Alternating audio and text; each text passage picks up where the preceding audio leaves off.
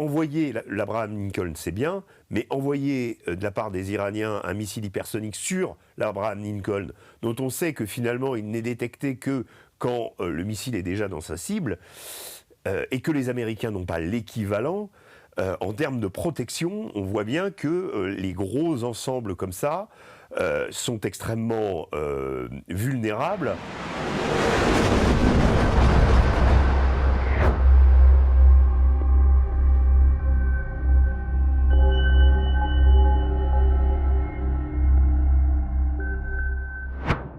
Bonjour Régis. Bonjour Aïcha. Régis, de nouvelles avancées sur le dossier iranien avec des rencontres en perspective. Oui, un homme qui monopolise finalement toute l'attention cette semaine, c'est Steve Witkoff. Une fois de plus, c'est lui qui monte au créneau, c'est lui qui va porter la parole de Donald Trump un peu partout au Moyen-Orient, parce que c'est vraiment l'homme à tout faire. Cette semaine, il va négocier mercredi ou jeudi à Abu Dhabi sur Russie-Ukraine. Il va aller voir Netanyahou en Israël, et vendredi, a priori, il est en Turquie, où vont s'ouvrir des discussions entre, cette fois, Iraniens et Américains sur la question du nucléaire, mais pas que, puisque l'armada américaine est toujours dans les parages du détroit d'Ormuz, dans l'océan Indien, prépositionnée. Les ordres de tir peuvent être donnés à n'importe quel moment, et comme le dit Donald Trump, ce sont d'énormes navires, les plus gros, bref, et en particulier le plus gros porte-avions américain, l'Abraham Lincoln. S'il y a une ouverture notoire ces dernières 48 heures, c'est sur la question du nucléaire iranien précisément. On sait que les Américains et les Iraniens avaient repris des rounds de négociations toute l'année, qui ont eu lieu, qui ont été hébergés en Italie parfois, mais aussi à Rome, mais aussi surtout au Sultanat d'Oman, qui est finalement la plaque tournante des relations diplomatiques entre les États-Unis et l'Iran depuis un petit moment. On se souvient d'ailleurs que pendant les précédentes frappes, le 3 juin dernier, quand Israël a décidé d'attaquer l'Iran, eh bien, le lendemain, devait s'ouvrir un nouveau round de négociations entre Américains et Iraniens.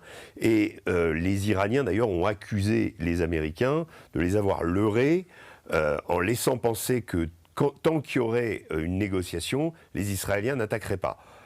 Il y a eu évidemment un échange de propos assez houleux entre entre ces différents interlocuteurs. Les Américains y ont été accusés d'être complices des Israéliens par les Iraniens.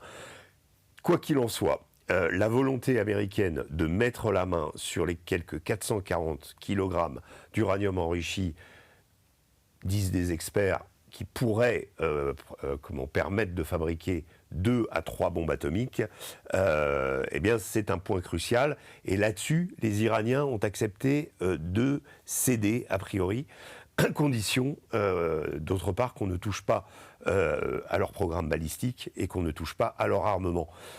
Donc là, je pense qu'au vu de ce que dit Donald Trump, mais Donald Trump, nous pratique l'art du deal grandeur nature, encore une fois, il envoie ses porte-avions, il envoie la masse de ses armées, il se prépare à frapper très fort, et immédiatement il dit on est prêt à la négociation. Et là, les Iraniens s'engouffrent là-dedans en disant attention, nous on est prêt à la négociation, mais pas à n'importe quel prix. On n'est pas prêt à revenir sur un certain nombre de principes. Sous-entendu, ne nous prenez pas pour des idiots. Si on cède sur le nucléaire, on ne cédera pas sur le reste. Et le reste, vous l'avez évoqué, il y a le programme balistique, mais il y a également les proxys Téhéran et sa politique régionale. Tout à fait. On sait que depuis les diverses opérations menées par Israël et par les États-Unis, que ce soit contre le Hezbollah ou contre les Houthis au Yémen, les proxys iraniens dans la région, à l'exception peut-être des Hajj al-Shabi, les milices chiites pro-Iran en Irak, on ne peut pas dire qu'en ce moment, il soit dans une forme éblouissante. Le Hezbollah a perdu beaucoup de sa guerre contre Israël. Actuellement, le gouvernement libanais essaye de procéder au démantèlement du Hezbollah, de l'arsenal militaire du Hezbollah sans qu'il y ait finalement d'avancées significatives. Donc le Hezbollah conserve ses armes, mais ce n'est plus le Hezbollah de la période Nasrallah. Donc là, quelque part, l'Iran ne peut plus, on va dire, agir comme il le faisait avant, notamment depuis la perte de la Syrie. Comme Bachar el-Assad n'est plus là, Ahmad al-Shara tient fermement le régime maintenant en Syrie. Il a repris les territoires aux Kurdes, il y a des négociations en ce moment, mais l'axe, on va dire, Téhéran-Beyrouth n'existe plus. Les routes militaires utilisées par les gardiens de la Révolution pour alimenter notamment en missiles le Hezbollah sont complètement coupées. On ne peut plus passer par la Syrie. Donc l'Iran est de facto affaibli, quelque part isolé, mais toujours surpuissant. Son programme de balistique, en 6 mois, il a eu le temps largement de reconstituer au cœur de ces fameuses villes de missiles qu'il a creusées dans les montagnes. Il a eu le temps de reconstituer son potentiel et promet même d'utiliser cette fois d'autres armes, en particulier des armes hypersoniques. Là aussi, il y a beaucoup de risques dans une confrontation avec les États-Unis. Et je pense que c'est aussi une des raisons pourquoi Donald Trump a hésité. Parce que envoyer l'Abraham Lincoln, c'est bien, mais envoyer de la part des Iraniens un missile hypersonique sur l'Abraham Lincoln, dont on sait que finalement il n'est détecté que quand le missile est déjà dans sa cible, et que les Américains n'ont pas l'équivalent, en termes de protection, on voit bien que les gros ensembles comme ça sont extrêmement vulnérables et que l'Iran pourrait, s'il y avait une guerre totale, et l'Iran a dit attention, si vous frappez, ça sera une guerre totale. Donc il y a ce premier point. L'autre point de la part des Iraniens, c'est d'utiliser cette fois-ci, non plus contre Israël et contre quelques bases américaines, leurs missiles ou leurs missiles balistiques, mais également, et ça c'est les paroles du guide suprême Ali Khamenei, c'est de dire le conflit pourrait devenir régional. Sous-entendu, nous ne nous interdisons pas de frapper les alliés des États-Unis, les puissances du Golfe, et on voit bien que ces mêmes puissances du Golfe, depuis déjà la première menace, il y a 2 semaines de Trump, de frapper l'Iran, ont appelé Donald Trump, ont bâti finalement et sont en train de bâtir une diplomatie alternative. C'est-à-dire qu'ils considèrent l'Iran comme un adversaire, mais comme aussi un élément essentiel de la région et de la stabilité dans la région. Ils préfèrent un Iran amoindri tel qu'il l'est actuellement, puisque la répression a montré quand même que par son caractère brutal et par le nombre de morts infligés, la répression iranienne sur les mouvements populaires dits populaires qui ont eu lieu récemment, montrent que le régime est quand même dans un état de fragilité. Mais les États de la région, le Qatar, même l'Irak, l'Arabie Saoudite, les Émirats Arabes Unis et la Turquie, qui apparaît de plus en plus comme le parrain de cette recomposition diplomatique du Moyen-Orient, eh bien, ces pays-là disent « nous préférons un Iran comme ça, nous ne voulons pas de changement de régime parce qu'on ne sait pas où on va ». Ça, Donald Trump aussi, on est parfaitement conscient. Marco Rubio a d'ailleurs précisé que, devant des journalistes, qu'il n'avait aucune idée, si le régime à Téhéran tombait, de qui pourrait le remplacer. C'est quand même le secrétaire d'État américain, chef de la diplomatie américaine, qui dit voilà, on va dans l'inconnu. L'inconnu, les voisins de l'Iran n'en veulent pas, ils préfèrent un Iran tel qu'il est actuellement, quitte à devoir montrer des muscles. Mais encore une fois, ça ne date pas d'hier, la recomposition diplomatique dont je vous parle. L'Arabie Saoudite a établi un traité incluant une puissance nucléaire qui est le Pakistan. Il y a eu un rapprochement entre l'Arabie Saoudite et le Pakistan. Est-ce que vous pouvez nous rappeler le contexte où cet accord a été conclu ? Tout ça, ça a été dans le cadre de juste après les frappes israéliennes contre l'Iran. C'est-à-dire que, et surtout, la frappe israélienne dans le centre-ville de Doha, pour laquelle Benjamin Netanyahou, il faut le rappeler, a présenté ses excuses à l'émir du Qatar.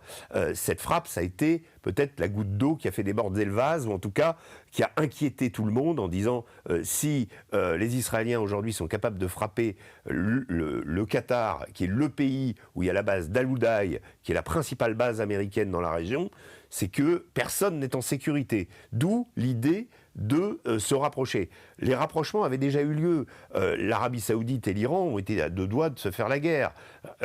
Il y a eu un rapprochement, cette fois-ci sous l'égide de la Chine. Rapprochement avec visites réciproques des ministres des Affaires étrangères, projets de coopération, etc. etc. Donc c'est très intéressant parce que cette diplomatie, elle exclut totalement les Européens, elle exclut, je dirais, elle concerne la région, elle concerne une nouvelle définition des échanges dans cette région, et c'est intéressant de voir aussi que ça montre que le monde actuellement est en train d'évoluer. Il y a un personnage qui est très en pointe actuellement, c'est Hakan Fidan, qui est le ministre des Affaires étrangères turc, qui a été longtemps le chef des services de sécurité turcs, qui lui apparaît comme un peu le grand parrain, l'organisateur de tout ça.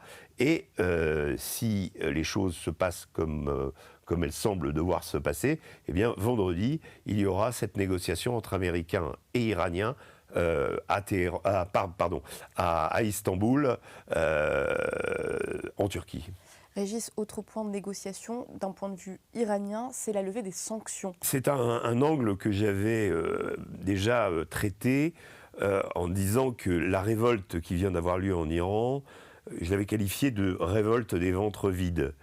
Quand vous avez le rial iranien qui perd les 2/3 de sa valeur par rapport au dollar en un an, qu'en mois de décembre, sa valeur a été divisée encore par 2, que vous avez un cours de l'or qui explose, cela débouche avec aucune amélioration de la croissance ni des perspectives économiques pour on va dire les entrepreneurs en Iran, et bien vous avez la révolte du bazar qui a eu lieu, c'est-à-dire des commerçants qui ferment boutique, qui arrêtent l'électricité, qui se mettent à défiler, des manifestations qui grossissent, sur laquelle évidemment des agents ou de l'étranger ou des opposants saisissant une opportunité pour pouvoir ou renverser le régime ou en tout cas on va dire s'affirmer avec la répression qui en a suivi. Mais la répression n'était pas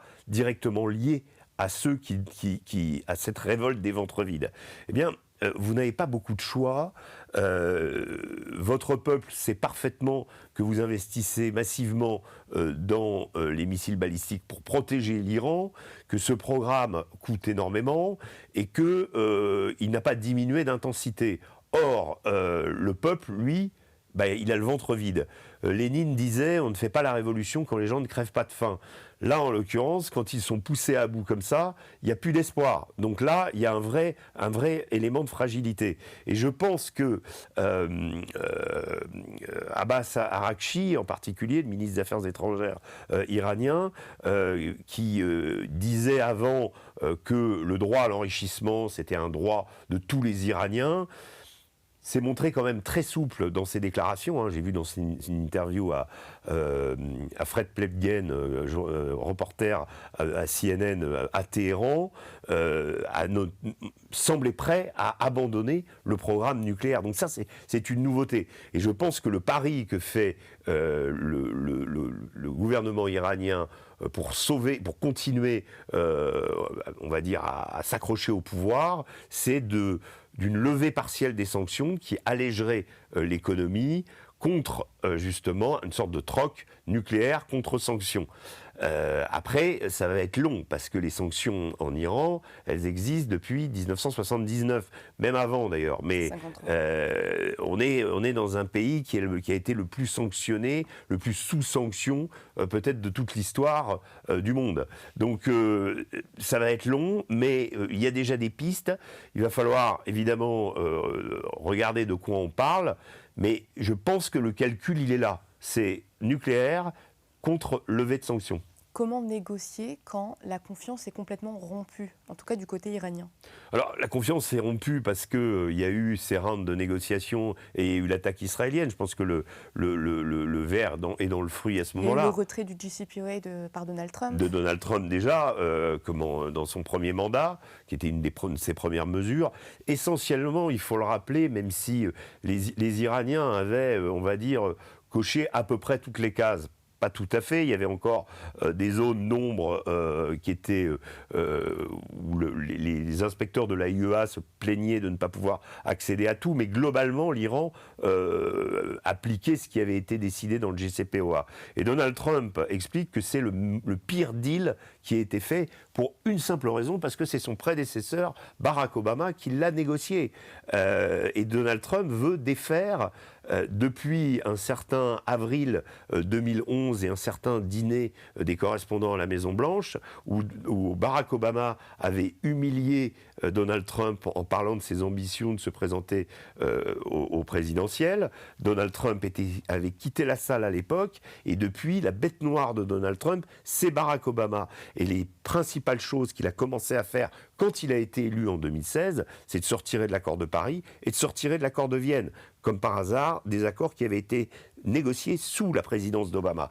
Donc il ne faut pas oublier cette dimension extrêmement personnelle chez Donald Trump. Maintenant, Donald Trump s'est rendu compte que cet accord du JCPOA, il n'était pas si mal que ça, et que ce qu'il est en train de proposer actuellement, sans le dire bien sûr, c'est une forme de nouvel accord du JCPOA.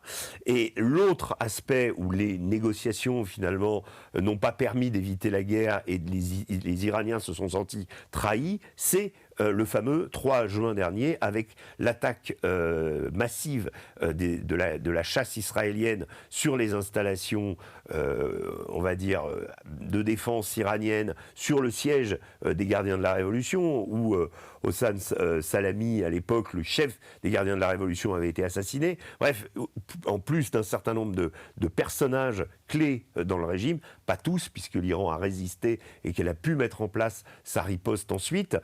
Ça, évidemment, c'est un manque de confiance, parce que dans ces cas-là, il faut imaginer que y a deux personnages clés dans ces négociations. Iran, États-Unis, c'est du côté iranien Abbas Araghchi et du côté américain Steve Witkoff.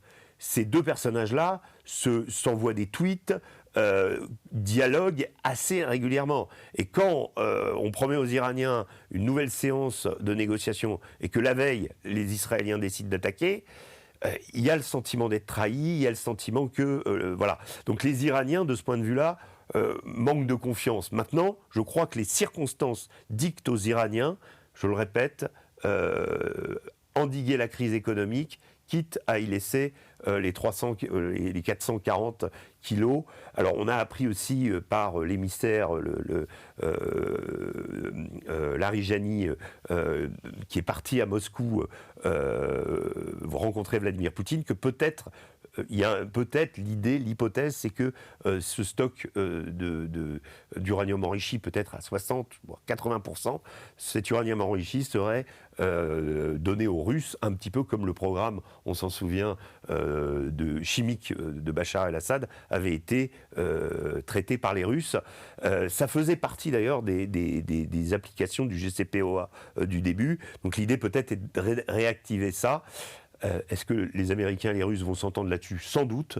Si ça met un terme définitivement au projet de nucléaire militaire iranien sous-jacent, là, je pense qu'on aura une avancée assez considérable par rapport à des années, finalement, où sur ce dossier, tout était bloqué. Régis, quid de la position israélienne?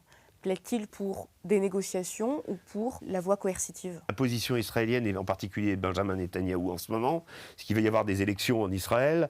Benjamin Netanyahou n'est pas dans une position extrêmement favorable. Il y a toujours ces manifestations qui se passent à Tel Aviv contre son pouvoir.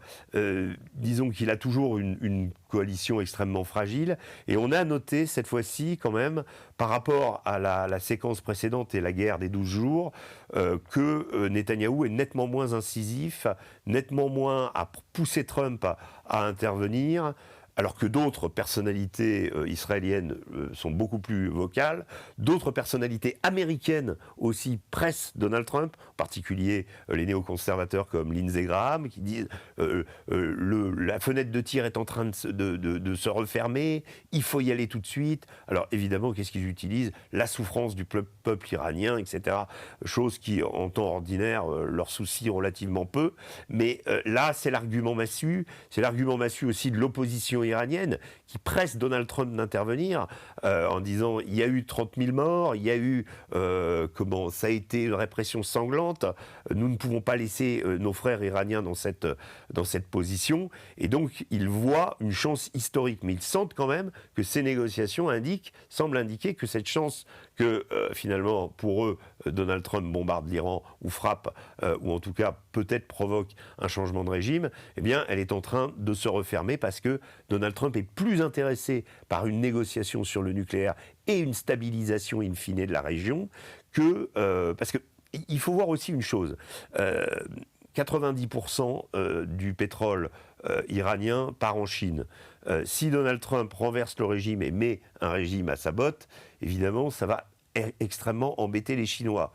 Ce que Donald Trump montre, c'est qu'il a une puissance de feu qui est capable, pas forcément de mettre à bas le régime, mais qui est capable de frapper définitivement toutes les installations iraniennes, avec des risques de riposte, évidemment, avec des risques de guerre totale, mais il fait pression sur une manne pétrolifère pour la Chine. Il est très important de raisonner pour ce qui est de Donald Trump en termes de pétrole. On l'a vu avec le Venezuela, c'est pas tant l'exploitation du pétrole, c'est pas le temps de dire oui, les entreprises américaines vont s'enrichir, c'est de dire nous avons la main sur cette manne pétrolière.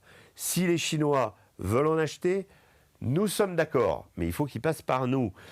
Pour l'Iran, il passe directement avec l'Iran. Et on sait que la Chine n'a pas de pétrole, c'est son talon d'Achille. Et que Donald Trump, dans la grande recomposition du monde et dans les grands affrontements géopolitiques, économiques qu'il prévoit, parce que je ne pense pas que Donald Trump prévoit d'affrontements militaires avec la Chine, il veut montrer les muscles, il veut montrer qu'il est là et qu'il a ses moyens de pression. Et donc l'Iran est une pièce essentielle de tout ça.